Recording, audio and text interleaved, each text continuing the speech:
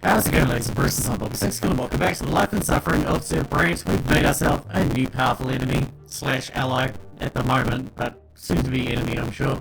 Let's carry on and see how this all shakes out, because it's not looking good. Although, if we're very lucky, maybe all the powerful people will kill each other and then we can just walk away and pretend nothing ever happened.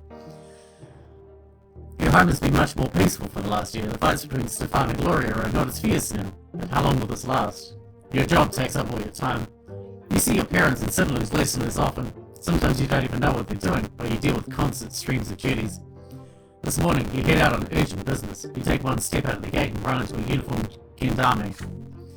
Brucey Brante, your presence is requested at the prefecture dungeon. Taken aback, you ask what this is about.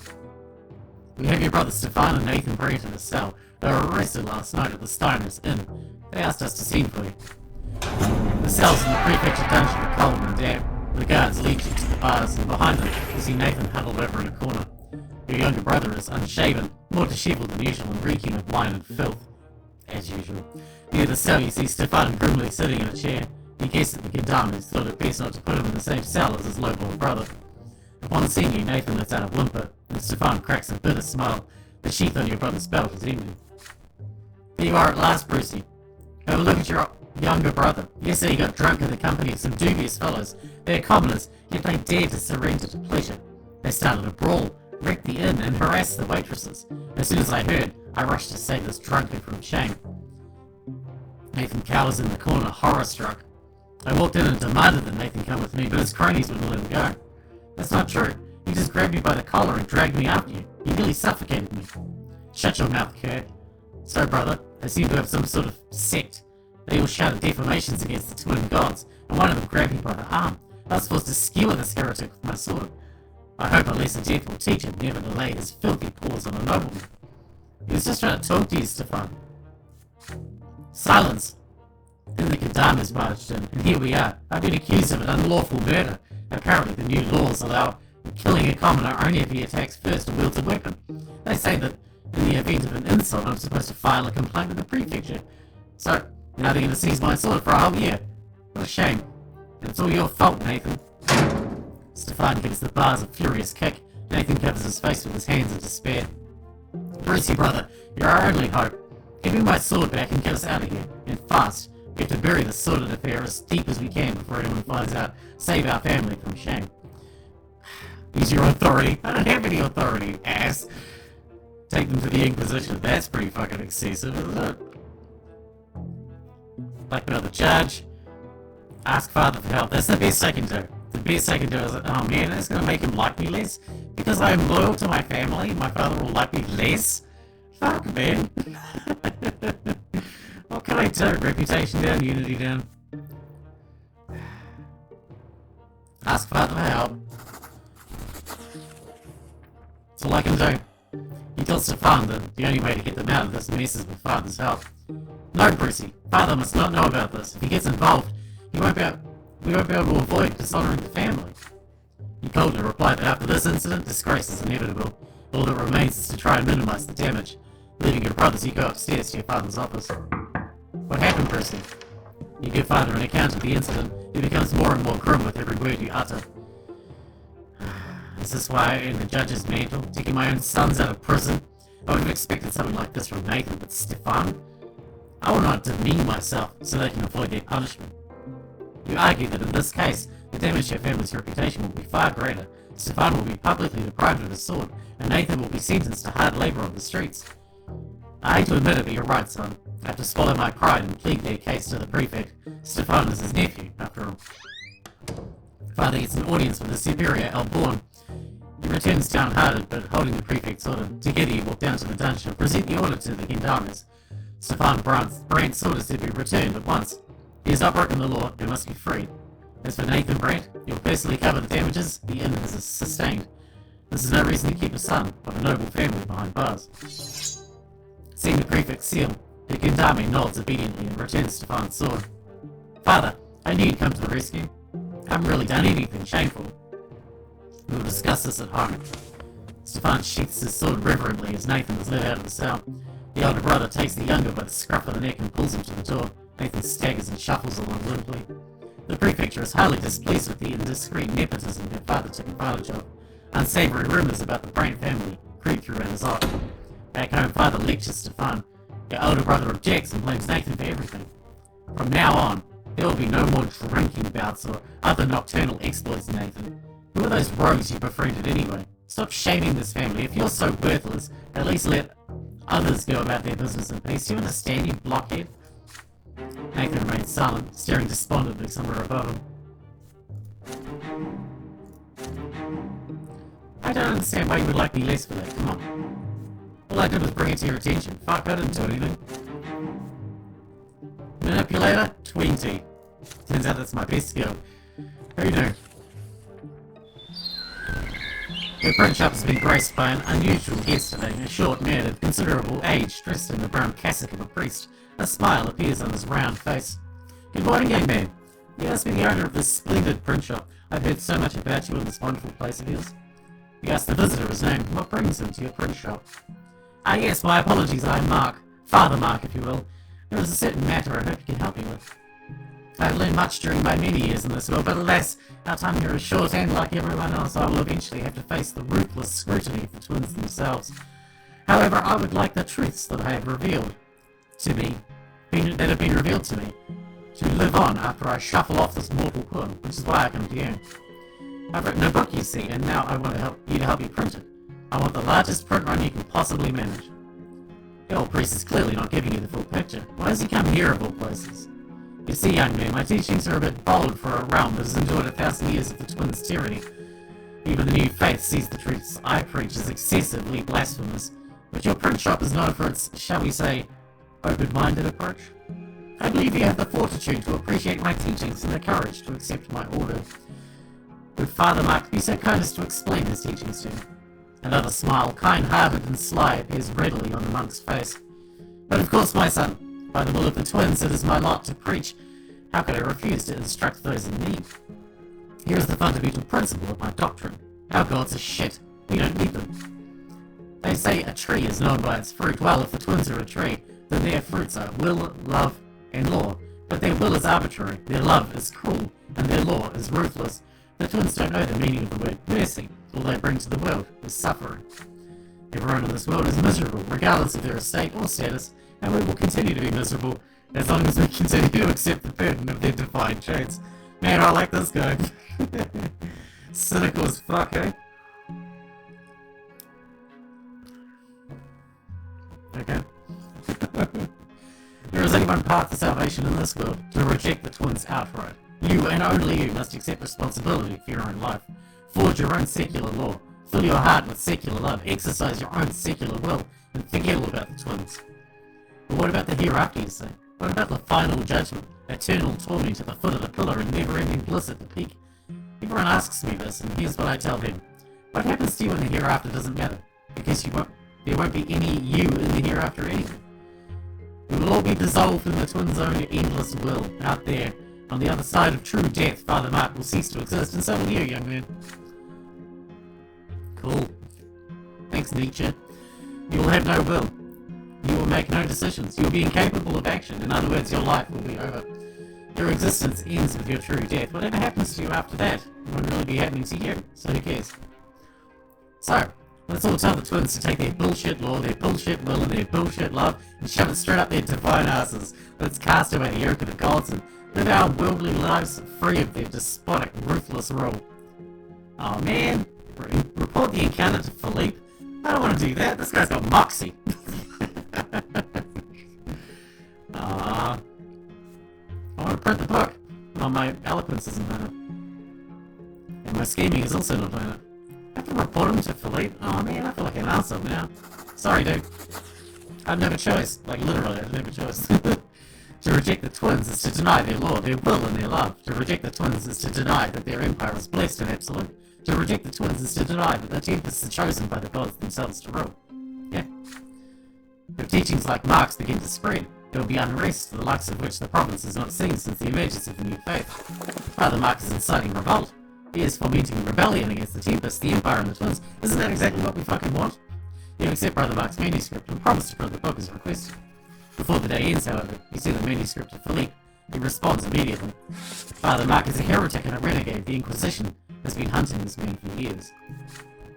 Thanks to your report, Father Mark has been arrested by the secret chancellery. He's no longer a threat to the Empire. Well, you know, if we're lucky, that lack of choice that got him fucked up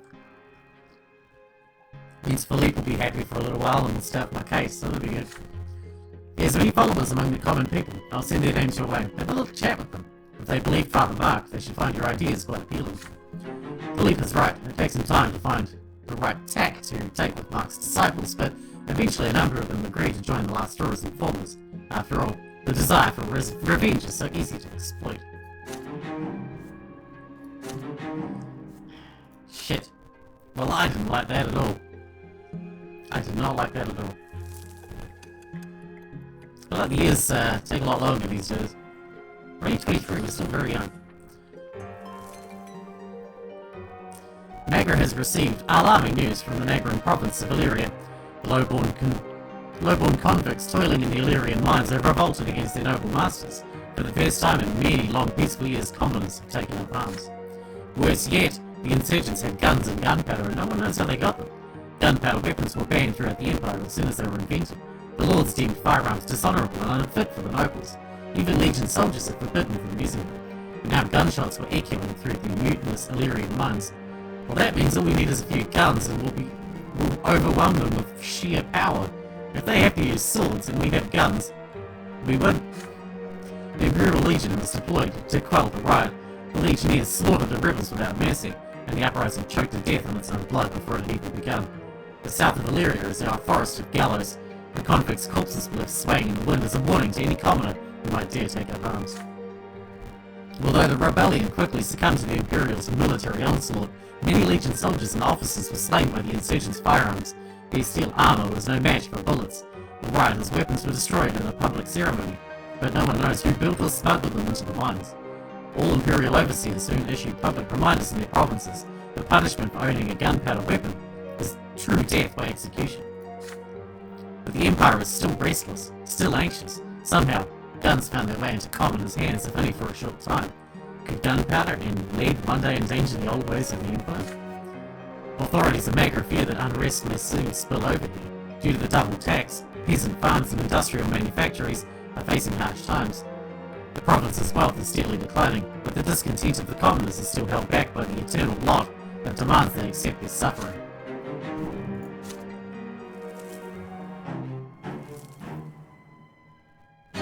Chapter Peacetimes ends soon. We could get true death.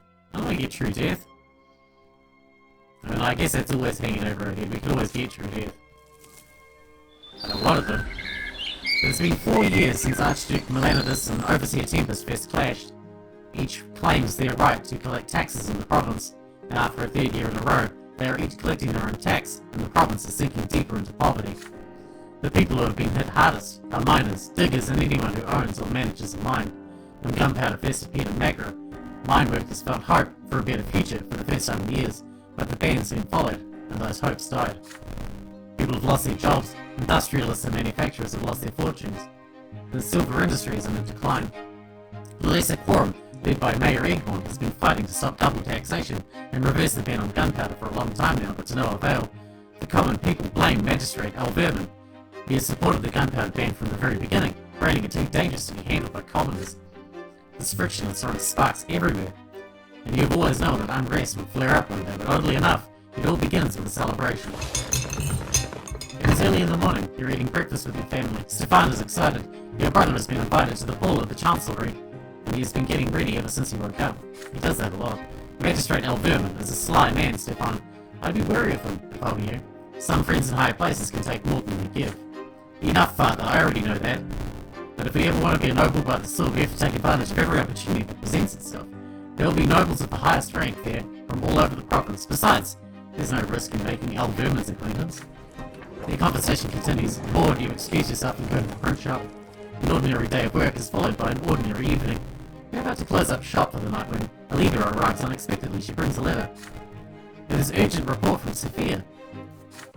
You glance through it hurriedly. The handwriting is not Sophia's. Philippe has taken a great risk by writing to you under a false name, which means that this news is too urgent for caution. Our informers with Eghorn's goons have warned us about the march tomorrow morning. There's trouble brewing. Miners, diggers, and even coal mine owners are involved. They're coming from all over the province to demand that old vermin lift the gunpowder ban. This march has Egmont's name all over it. It's supposed to be peaceful, no bloodshed. Apparently the miners think Elverman won't have the guts to use force, so they'll have to listen to their demands. They're planning to show up during the magistrate's party. They're mad because he's throwing money around while they're all starving. There are several hundred workers coming and they're fired up. They should get there early tomorrow morning. You have the night to get ready. Let us hope you know how to put this intel to good use. You burn the letters in the flame of a candle. As the paper turns to ash, you weigh your options. Egmont wants the protest to be peaceful, but will he be able to keep the angry miners from crossing the line? And Stefan will be at that damn party of his. This complicates matters. Either way, Philippe is right, you cannot ignore this. What will you do during this unexpected protest?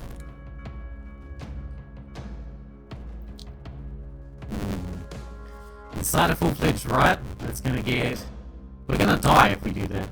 Cool, excellent. We can recruit the protesters. It gives a boost to wealth. That's good. Reduces unrest, improves spy network. Improve our eloquence. We can't do that one. Or we can alert Val Erman. To make Stefan and Remy Elverman like me more. And boost our reputation and unity. And increase order.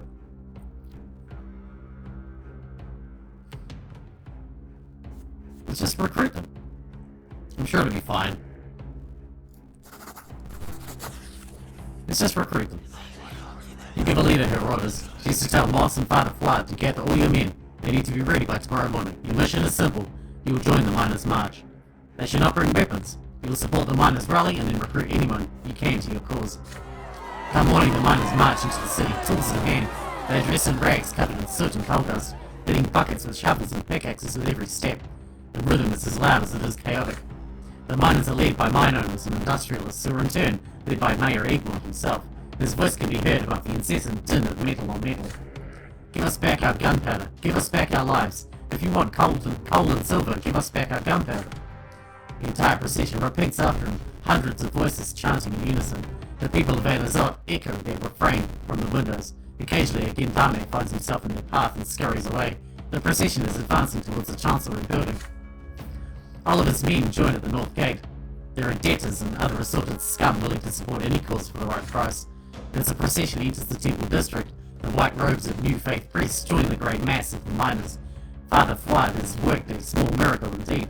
The priest's voice joined the commoners' chant. The thunderous din grows louder still. The twins run outside. Our cause is pleasing to them.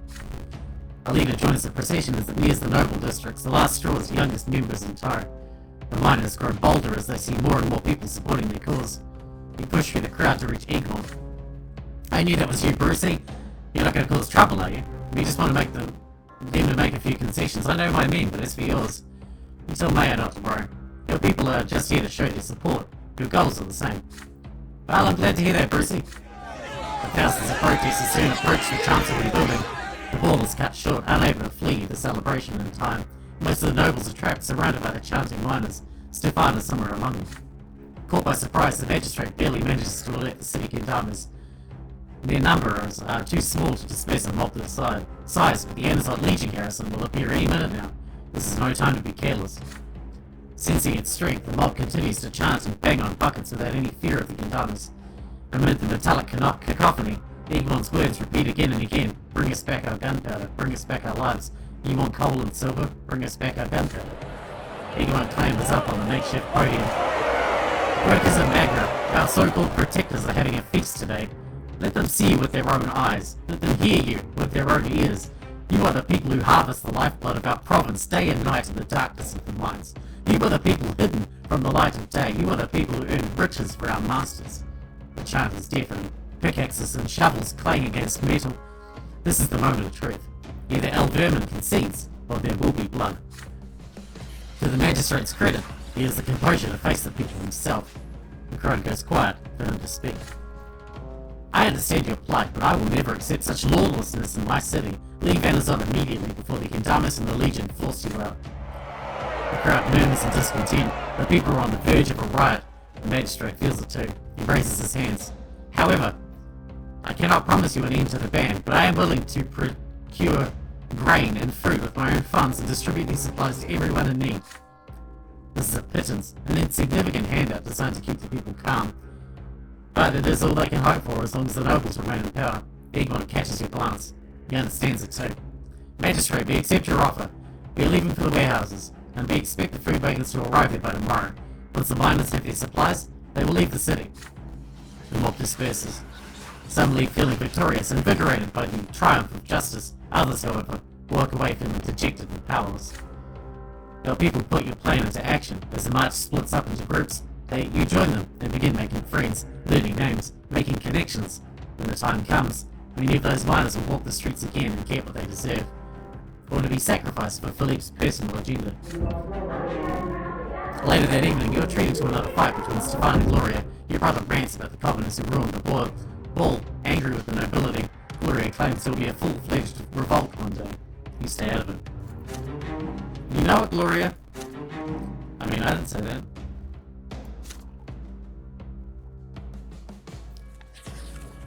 Anyway. Man, I made that coffee strong. Ooh-wee. Ooh. A holy day is coming, a day when the entire empire thanks the twins for the silver tree, the sign they left behind as a reminder of their eternal presence in this world. This momentous occasion is especially important for Anazot, but the clergy cannot agree on how to best celebrate it. Father Leonard has called for all the worshippers of the twins to approach the temple of the silver tree and kneel before the sacred relic, but the old clergy balks at the idea of Leonard and the new believers leading the ritual. The day has come, an immense crowd is moving in a procession towards the temple near the silver tree, where Father Leonard awaits. But an inquisitor by the name of Jean stands in their way. She strikes a defiant pose. Confronted by a member of the Holy Order of the Inquisition, the procession reluctantly stops. People turn back. Those who attend Leonard's rites will succumb to the new faith. Those who reject the lots will defy their divine design. You're about to bring the wrath of the gods down upon us all. Open your eyes, go back to your homes, and pray to the twins. The procession wants to move, but the people are confused, until Father Leonard himself walks out of the temple to meet Jean face to face. People of Anazot, no one has the right to deny you the sacred ritual of worshipping at the tree, not even the Inquisition. Is such a denial not more likely to provoke the wrath of the twins? The Inquisition must know that the new faith does not seek to challenge or defy the twins. We're merely trying to correct the mistake of those who came before us. We do not anger the twins, we merely vex those who refuse to accept the dawn of a new age. Jean finds herself between a rock and a hard place. Seeing that she has no other choice, she lets the procession pass. The new faith's numbers have swelled of late. It cannot be stopped now. Oh good. That should be fun. To witness. But it all fucking goes to shit. And the shit hits the fan. Today is an important holiday.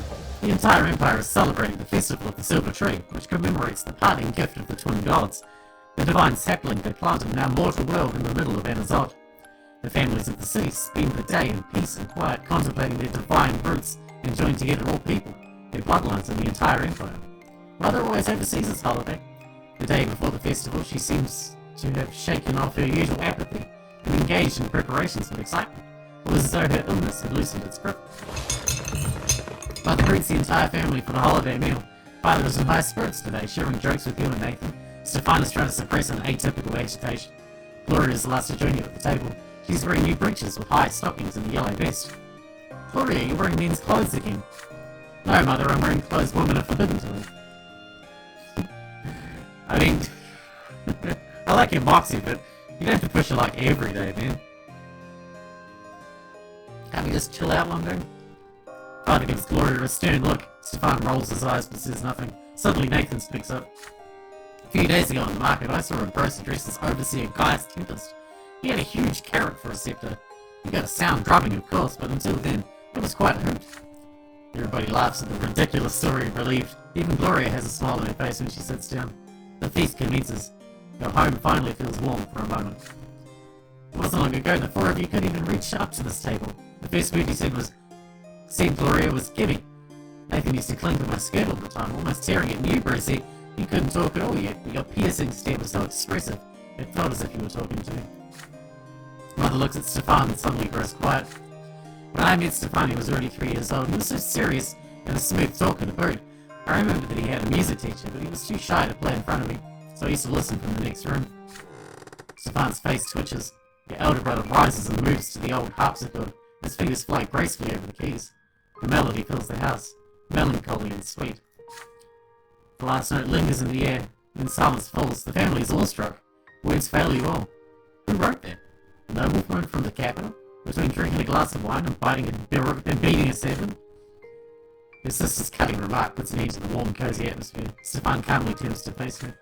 No, it was I who composed this piece of music. It's called Mother. Mother rises to her feet.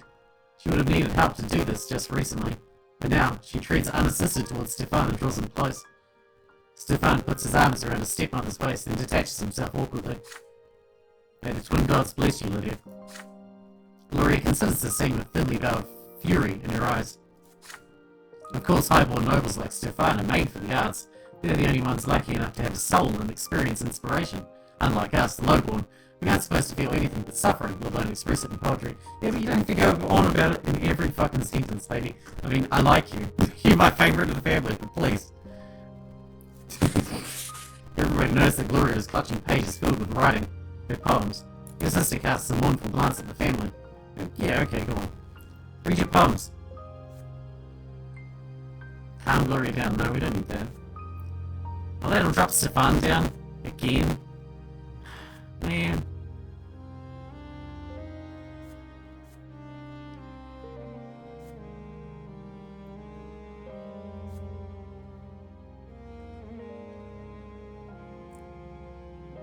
Read your poems. I can't stop her. Come on.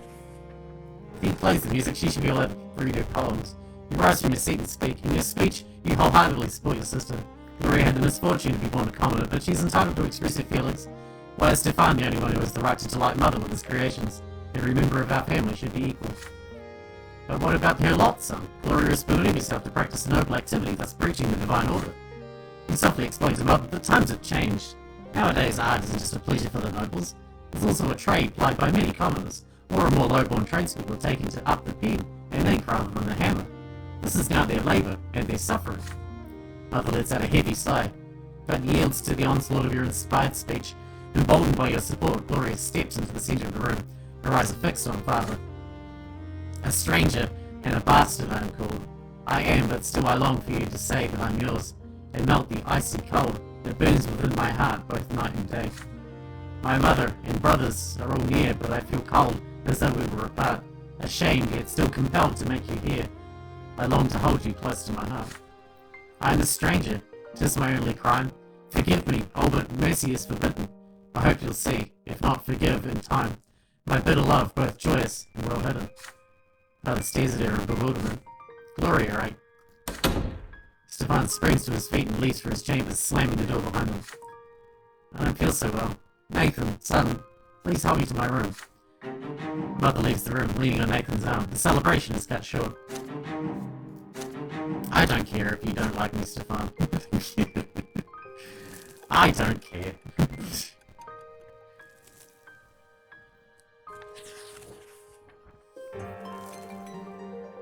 News from the capital quickly reaches every corner of the Empire. Gerian and Flavius, the heirs to the throne, have left the Emperor's palace for the province of Monia, which is ruled by Great Chancellor Agarius Monroe, the arsehole guy. The Great Chancellor has accused the Emperor's court of harbouring malefactors, conspiring against the Imperial heirs. This is why he has offered them shelter and safety in his own impregnable citadel. The common people are particularly worried by the news. They take it as a sign that the Chancellor is seeking to solidify his power by holding the heirs hostage. If this continues, Monroe could coerce the Emperor into revoking the Imperial law, thus depriving the common estate of any and all rights. All hope for reform in the Empire has vanished. From farmer to rich industrialist, the commoners are growing desperate. In your province, the authorities are trying their best to put people at ease. The magistrate of Amazot makes a speech from his balcony to the excited crowd below. Trust in your Emperor, good people. You didn't. The Imperial heirs are the future of the Great Tempest dynasty. The Emperor has made the wise decision to send them far away from the scheming court. Great Chancellor Monroe will take good care of them and keep them safe. All glory to the Empire. All glory to the Tempests. Shit. Commoners are still flocking to Amazot. Refugees from villages that have been squeezed dry. Miners who have lost their jobs. Craftsmen who have lost their last coin. They all come to the city in search of shelter. safety, and justice. Makeshift shacks litter the outskirts of the city, steadily growing into shanty towns. Every day, the people of Anazot see more men and women hanging around the streets looking for work, leaving their children in the care of the most infirm and elderly of the refugees. Of all the powerful people in the city, Mayor Egmont was the one who considers this a problem. He has ordered several of his warehouses to be converted into shelters and begun distributing bread to the refugees free of charge. You and Sophia are sitting on the roof of an apartment building, watching people huddle around a wagon. The bread line stretched to the small square between the buildings yesterday, but today it disappears down the back streets with no one in sight. Look at those poor bastards. They've been betrayed by their own masters. The nobles rocked them blind, razed their villages and left them to die. Backbreaking labour, endless suffering, dying in the gutter. That's all they've ever given them. Would any of them blasted nobles even move a finger to help the refugees? Not on your life. Mayor Egmont's the only one who cares. He's their only chance for survival. Say, Brante, I hear Augustin Elborn and Mayor Egmont have both been invited to your house for dinner. Is that true? How does Sophia know about this? Father asked you to keep it a secret. What difference does it make? You should have told me. Do you have any idea what this dinner means? It's a sit-down, Brante. You could be deciding the fate of our city, the fate of the last straw, the fate of our rebellion. You've got to get me invited to that dinner. Nah, screw off. Tell me I'm your friend, your fiancé, your lover, I don't care. Just find some excuse for me to be there, okay? No. I will not! I can't stand Sophia. The answer is no. You shake your head in response. Alas, this is impossible. You're not taking Sophia with you to the family dinner. Sophia sighs, displeased, but she does not argue. Damn these noble rules. Well, I hope Egmont will be able to bring Sir Prefect to the side of the people by himself. Time for the dinner party arrives. The Brante house prepares for guests. You cannot remember the last time your entire family got together like this. Father is unusually focused and serious today. Mother is wearing Father's wedding gift, a precious brooch adorned with gems. To her it is a small act of defiance. Commoners may not indulge in luxury, but today is a special day indeed, and she has found the courage to dare this small transgression. Stefan is more carefree and high-spirited than usual. He always enjoys his uncle's visits. Nathan is as quiet, furtive, and inconspicuous as ever. Gloria, however, only smiles to herself.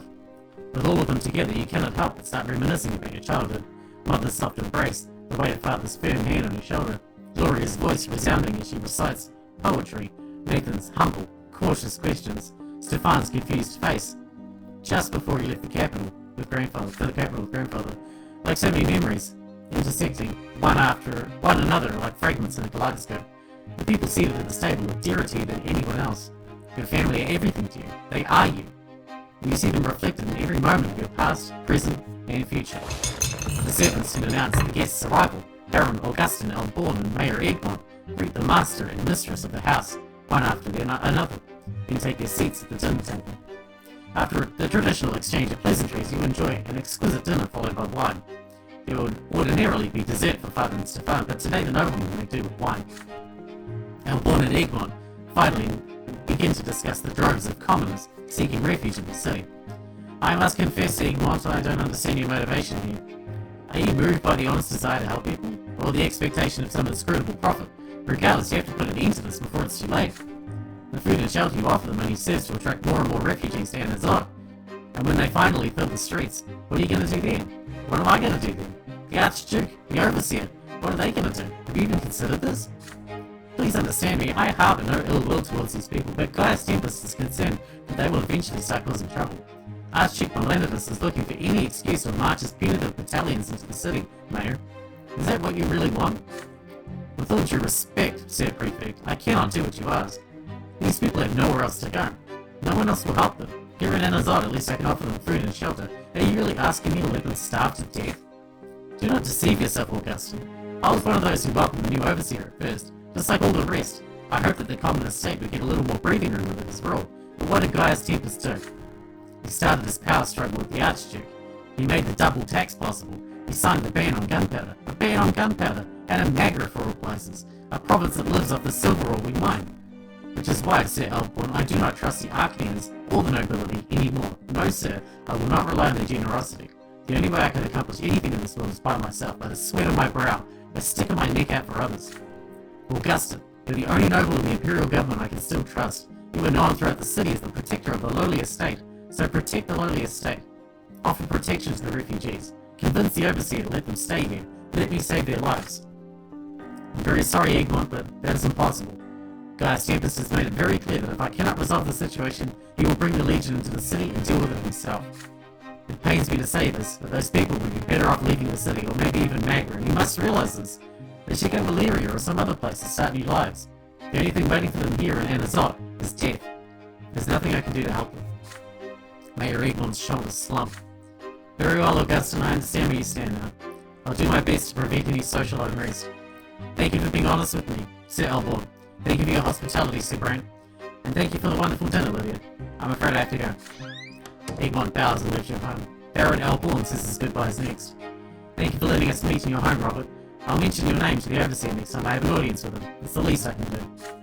The following day, Mayor Egmont announces that for a number of reasons, the refugees will now receive less and less food every day. Eventually, the bread handouts will cease altogether. The prefecture orders all refugees to leave Anazot within a week. The Lesser Quorum promises to distribute travel money to the refugees who help them make their way back home.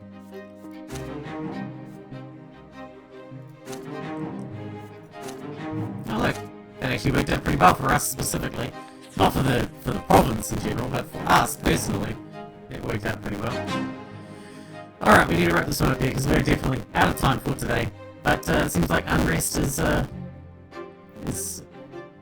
don't know, it looks like so now we're doing the thing that the magistrate will be happy, but Philippe will be pissed off. I don't know.